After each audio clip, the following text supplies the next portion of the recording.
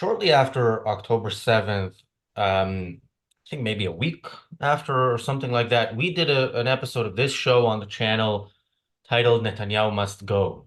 James Valliant, my co-host today, and I usually agree on things. That was one of the exceptions to that rule.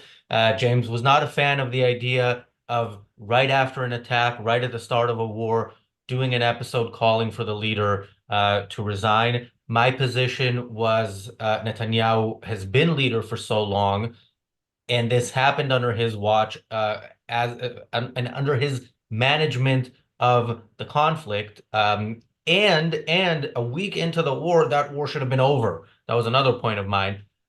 In that Gaza really should have been destroyed much more than it has been almost a year into this war. Um, so we did that. There was Netanyahu was unpopular, not too popular before. He became even more unpopular after October 7th, more and more unpopular into the war. It was pretty clear that his political career is over when the war is over. He was accused by many of prolonging the war for that purpose of staying in power. And yet now he has this political resurgence. He is now his party is leading the polls, leading as in getting more seats than the other parties, not leading as in getting more than 50%. He is in most polls considered the most qualified candidate to be prime minister. How did we get here? And who is the people who surprisingly have helped him probably unintentionally get to this point? Welcome to the Daily Objective. I'm joined by James Valliant. James, your initial thoughts on this? Well, my golly, all year long he's been a quote dead man walking. Exactly. Everyone, the polls been. We've been inundated all year long with polls. I mean, it's not though he was in a good shape beforehand. Israeli politics, even before October 7th, was probably its greatest turmoil in its entire history, sort of a constitutional crisis. And of course, since then, the Supreme Court in Israel has sort of ruled in favor of the secular side. But the point is that October 7th was a disastrous failure on the part of the guy in power. I could see that even at the time when I was giving you a pushback for criticizing the leader so quickly in the time of war. But you will note that well before October was over, but like I say, October 8th, 9th, 10th would be the latest. I think you could morally justify flattening every city in Gaza. But when a couple of weeks passed, it was clear to me that nothing like that was going to happen, and nothing adequate could happen at that point. And we have to be opposed to Netanyahu for his inadequate response. Inadequate response. But as I say, all year long until August comes along, we're told two-thirds of Israeli people want Benjamin Netanyahu out now. He is a dead man walking, politically speaking. It's over. Yes, many people were saying he's prolonging the war precisely because he doesn't want to face domestic politics. But it seems to me, though, that this is just a compared to what kind of situation. Um, it's not as though he's executed the war properly to anyone's satisfaction. You've got the people saying ceasefire now. Of course, they're not happy. You've got us. We're not even on the map, and he's just the best alternative given the alternatives. I mean, he is, and think about that. He has dramatically failed security-wise. It was a dramatic security failure. He deserves richly to lose because of from our perspective, how inadequate his response has been. But on the other hand, when you consider the alternative, and I guess just talking to you before the program, I guess that's the situation. It's simply that he's better than the alternative in this context. I'm not quite sure I'd how else. say I'd say less terrible than the alternatives, but that's what's really scary here when you look at Israel's future, if there is even is such a thing. If this war, where 11 months in, Israel with its army can't defeat Hamas in Gaza in the way Israel chooses to fight, can't secure the north of its own country to the point that people can live there without fear of rockets. Um, what is what future does a country like this have? And again, with such leadership, you would think somebody would there would be an alternative uh, out there, you know, not even the second most popular, but the third most or fourth most popular contender for prime minister, who would say, no, we need to win this war decisively. But what is called the far right in Israel are two people who are sitting in Netanyahu's government and rubber stamping everything he does. And by the way, when you hear their opinions on anything other than the war, they would make Israel a much worse country than it is in peacetime. So, it's not, there's really many, many bad options. But the people who have really helped Netanyahu's career and are responsible for his comeback, I think there are two groups.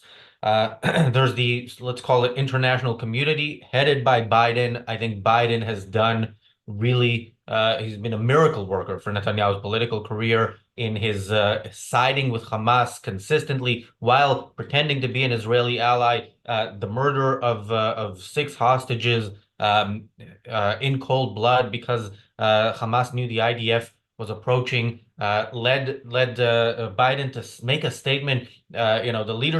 Hamas's leadership must pay, and we must have a hostage deal right now. So basically, a completely empty statement, which he is saying is completely empty, with the next sentence.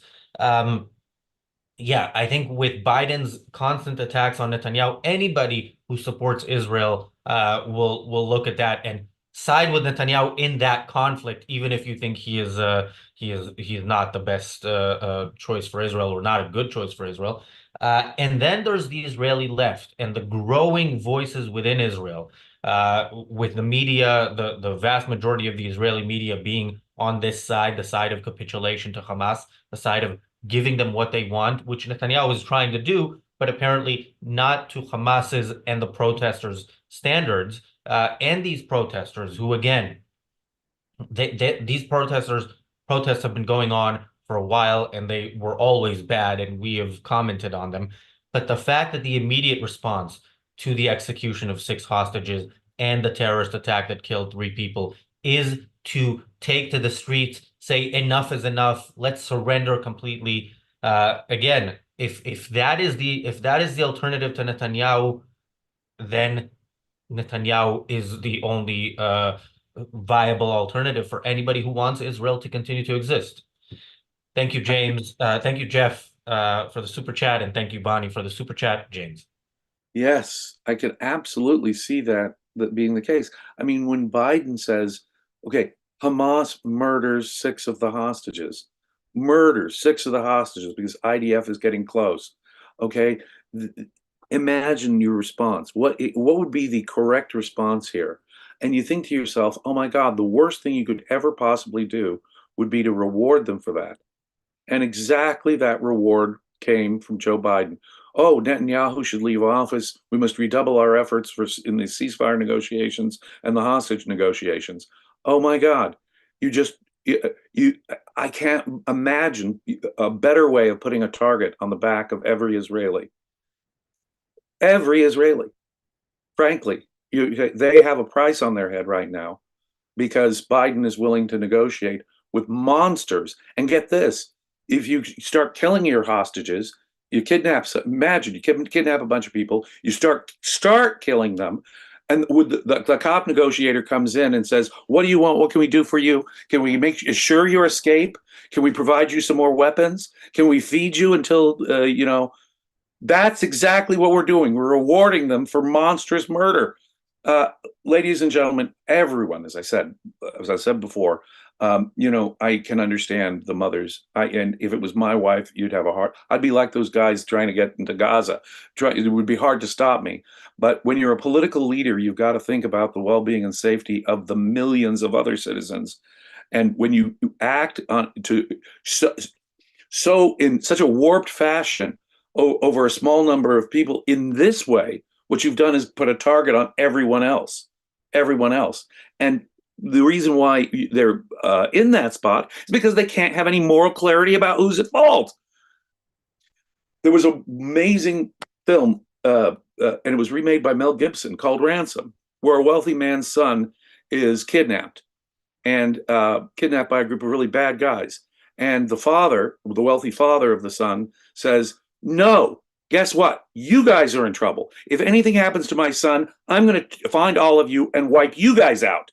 And then, of course, it causes conflict among the kidnappers. And at the end of the day, it's the better alternative. But when you're looking at it from an international perspective, see, on an individual kidnapper basis, you could almost understand, oh, of course, I'll try and do the ransom and maybe we can get you. But when it's international war, it's obscene because what we're talking about is the guarantee of more October 7th.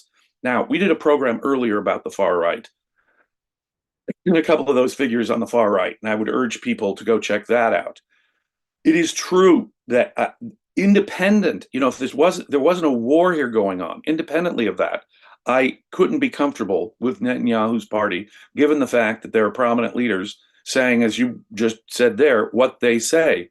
But what a difficult position it puts us in, because if I were an Israeli and I hear America wanting to reward Hamas after murdering 6 of the hostages, that would cause me to oppose these peaceniks in Israel ever stronger and would make it very tempting indeed to vote for Netanyahu, despite having these crazy religious extremists within his party. I I pity Israel. I think its survival is on the line.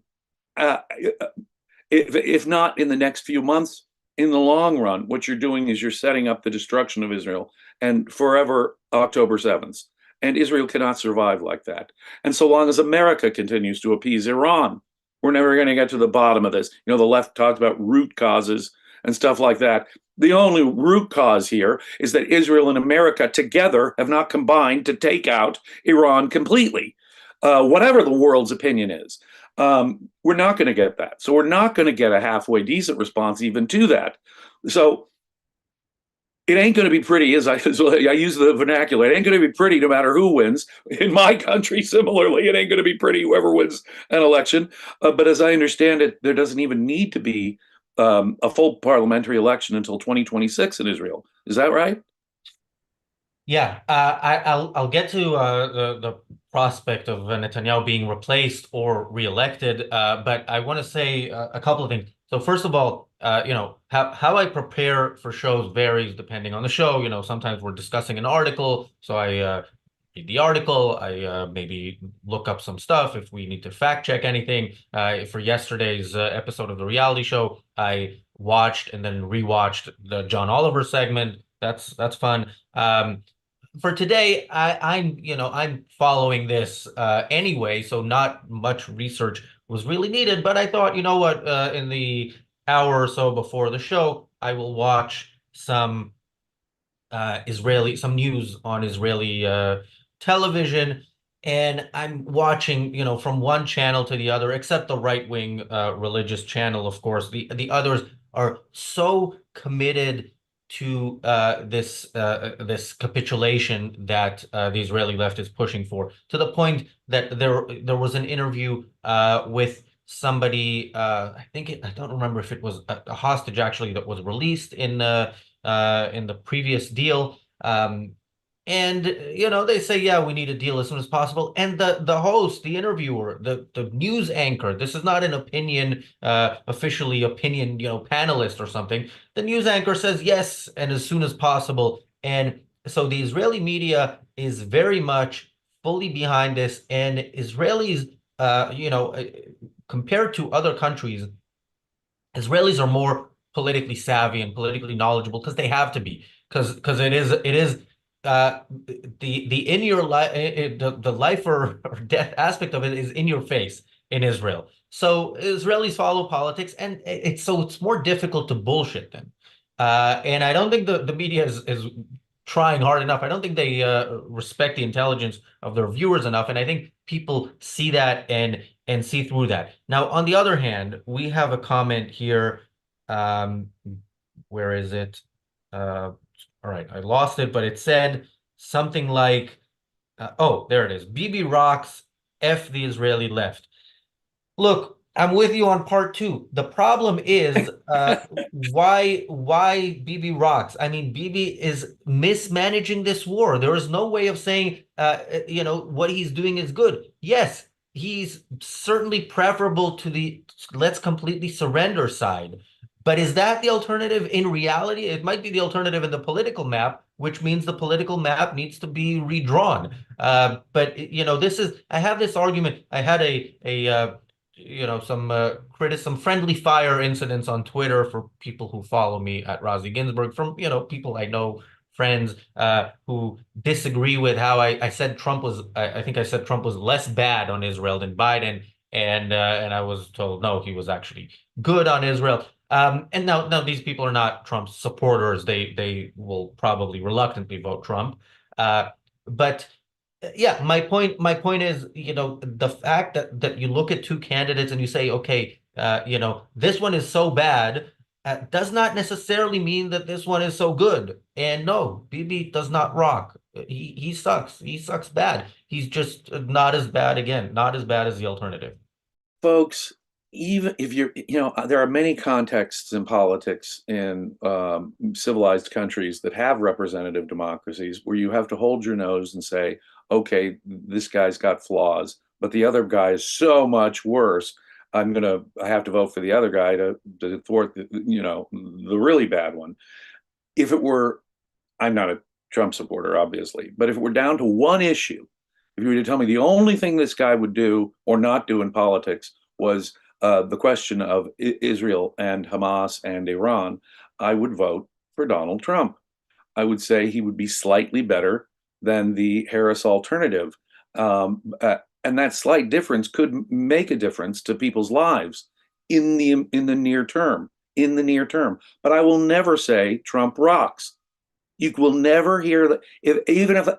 If I were to ever, for some reason, say, oh my God, he's up against Adolf Hitler or Joseph Stalin, I have to vote for Trump, I would still not say Trump rocks. The fact that he's the less bad alternative, even the noticeably less bad alternative, and Trump, in my country, Trump is noticeably the less bad alternative. Republicans tend to be the less bad alternative. Now, are we going to get, even from the Republicans in my country, a decent position on Israel? No. It's even worse, than getting a decent position on security matters in Israel, frankly. But even were I to say, okay, I'm voting only on the Israel issue, so I'm voting for Trump, ignoring all the rest, I wouldn't ever say he rocks. Ladies and gentlemen, we really have to be very careful about saying he's my hero, he's so great, no. Be aware of the deep imperfections of your candidate if you're voting for the lesser of two evils, my friend. The enemy of your enemy is not necessarily your friend. So I know next week when you put me on trial in the ARCUK mock trials that we have for platinum members and above, when you accuse me of whatever you accuse me, you will give me the right to respond, or at least my attorney. The person who said BB rocks has responded with you have yet to comprehend the pressure put on Bibi by forces far and wide. Why should one afford you the ability to choose less bad choices and not allow the same for Bibi? I mean, I fully understand that there are pressures, and the job of Israeli prime minister is possibly the most difficult job in the world, because you do have pressures from all around you, both because it is Israel, mostly because it is Israel, which is hated until Jews are slaughtered. Like on October 7th, everybody was on Israel's side until Israel started responding and trying to prevent it from happening again. And because of Israel's political system, where the leader usually has, at least 3 or 4 coalition partners who he has to buy off, essentially. So I fully understand that, which is why, there are jobs that if you are not able to do not apply. Do not, or if you do apply and you get the job and you see that you can't do it, resign. But if you're there for 20 years nearly, and you constantly blame others for the decisions that you make, then no, it is completely on you. Now, I have to bring up this speech that Netanyahu gave yesterday. It was in Hebrew, but it was reported widely. I thought it was pretty good. But then there was a response from Lapid, the opposition leader, who I would never vote for. But I also thought his response pointed out some good points. So Netanyahu was speaking about the Philadelphia corridor and why Israel cannot and never give it up. Everything he said is absolutely true. And then Lapid, the opposition leader, said, "Okay, but you've been prime minister for so long, and you did nothing about Philadelphia. It was there. Israel had no presence there. And then October 7th happened, and then it took you 8 months to even go there. So why are you telling us now that it's important?" Now, for me, I'm like, I wouldn't say better late than never, but it is preferable to be there than to never be there, which is actually saying better late than never. That's kind of, well, it is. Well, I mean, if that's all I have, I'm going to grab that little straw. But I'm grabbing for straws. When Israel didn't care what the world thought, let's go back to the 6 Day War and the aftermath. I mean, they barely had America on their side. And when an Israeli government stands up and ignores the world and says, guess what? We don't care about being popular. We don't care about your view. If, for example, after October 7th, if by October 9th or 10th, all of the cities, major urban areas in Gaza had been flattened, if we gotten a proper response within the first week, imagine how much stronger his position would be politically, my friend. You say, oh, well, he's doing the best he can under the current international political circumstances. I disagree. I think that if he took a much stronger position, one more resembling the Israeli governments of old, the Israeli governments when I was a child, that said, world, go pound sand. We're going to go defend ourselves, even if we only have America and even barely America on our side. And he would be strong. I think the person would be stronger domestically and politically in Israel. And I think there'd be nothing that the world would do. And if it was successful and quick, wouldn't that be a far, far better alternative? So no, I don't think Netanyahu is doing the best he can. No, I've seen better leadership and I've seen it succeed because it was principled, confident, clear, decisive, and took care of matters expeditiously and effectively. This is the longest war Israel has ever been involved in. That by itself is a little fact point that I think is worth considering. In the past, Israel has done things decisively, overwhelmingly, and without any regard for international opinion. That is really the best ticket. And let me suggest it might even be the best way to go in terms of domestic politics in Israel. Hey, how about we give it a try?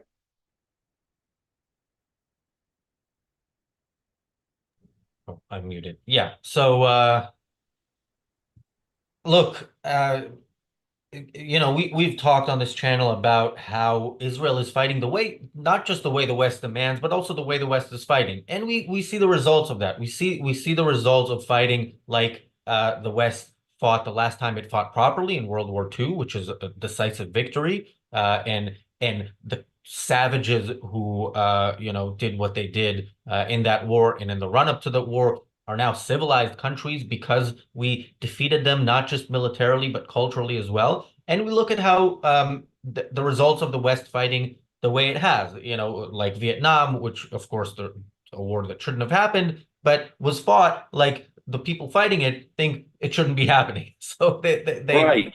they kind of went in, but they went in half-assed, and the result was a loss. And And there is Afghanistan, nothing more evil than doing a war half-assed. yeah, You're not going to win. You're just going to kill a bunch of young people. You're just going to disrupt everything, destroy things, and kill people without getting any real clear result. Only setting up another battle where a bunch of young people will have to die and countries get paralyzed because they're in war. yeah, That is insanity. but then America was attacked on 9/11, and there was a war that was fully justifiable. I mean, America had been attacked in different scenarios, with the hostages being taken in Iran in the revolution, and America doing virtually nothing. And then 9/11, the response to it was again a half-assed war, but with the wrong targets. Because what Bush immediately said was Islam, the ideology, for which these attacks were committed, is a religion of peace. That's what Bush said. So the first thing the president did of the United States was lie in defense of the people who just attacked his country. The next thing he did is pick the targets that were easiest to form a coalition around. And yes, Iraq was also one of those targets. It wasn't as easy as Afghanistan, but in both cases, in Afghanistan, America lost to the Taliban over 20 years, and with many loss of life that was unnecessary, even if Afghanistan had been a target. And nothing was done about Saudi Arabia, which was still considered an ally. Nothing was done about Iran because it was a more difficult country to build a coalition around and had a stronger military than Afghanistan and Iraq. And yeah, so Israel is following in the West's footsteps. The problem for Israel is it's surrounded by savages who want nothing more than to kill all Israelis. So if you fight this war in that way, you will get annihilated. And I think Israel is very much uh, heading in that direction with Netanyahu's half-ass war and with the fact that the public opposes it because they think even that shouldn't be done. Not the whole public, but so much of the public think that shouldn't be done. And what should be done is to surrender to the people who are trying to kill you. You said something very fascinating the other day before we cut out. Just fascinates me. You said that the Israeli people are sort of lying to themselves about the Palestinians, that there really are a bunch of Palestinians eager for civilized peace with Israel in Gaza and the West Bank, despite all the evidence to the contrary that we have. Son of Hamas, as you pointed out, I think yesterday, is a very rare phenomenon. How, he's a weird sort of thing. It is philosophy, let me suggest, that blinds us this way. We really have a hard time, and I think Israelis are like Americans in this sense. They have a hard time grasping the nature of evil and believing that a large number of people could truly be seeking death, using death as their standard, if I can paraphrase John Galt. Ladies and gentlemen, there are people out there for whom death is their operative standard of value. And obviously, it's a perverse, a non-objective one that has horrific, bloody consequences. But we can't be like Dagny Taggart and sanction this evil. That would be my final thought. Netanyahu has been sanctioning evil. The fact that the opponents would sanction this evil even more, I can understand the position where, okay, I have to vote for Netanyahu. These guys are even worse, and we're in the midst of a war. This is life and death right now, like you say. It confronts Israelis on a daily basis. But ladies and gentlemen, don't be misguided. What we're facing with the Palestinians is an evil culture. These children are taught from the cradle forward that it's a noble thing to give your life in the cause of killing Jews and fighting civilization as such. These are Yeah. mystics, the lowest order. Yeah, and by the way, the lie that Israelis are told from basically when they're born is that we can achieve peace with the Palestinians as they are. We just need to, work with them, move towards them, on certain issues and so on. And that, by the way, since it was brought up, I will say that is the theme of my Substack article, which you can read on the Ayn Rand Center UK Substack about the Israeli peace movement and what it has brought on Israel. Yeah, death is the standard of value for the Palestinians. Death is the standard of value also for Jeremy Corbyn, who is the topic of the reality show, which comes up in a couple of minutes. Nice segue. He is now starting his own party. It's basically a pro-Hamas party, and I think we called it back in February. So we're going to discuss that on the show coming up in a couple of minutes. Thanks, James. Any parting thoughts? No, but do check out Razi's Substack article. It is factually important to consider, but it's also emotionally moving and inspiring. Check out Razi's article at Substack. It's well worth it, ladies and gentlemen. I appreciate that. And thanks everybody for watching, and we'll see you on the reality show. You will.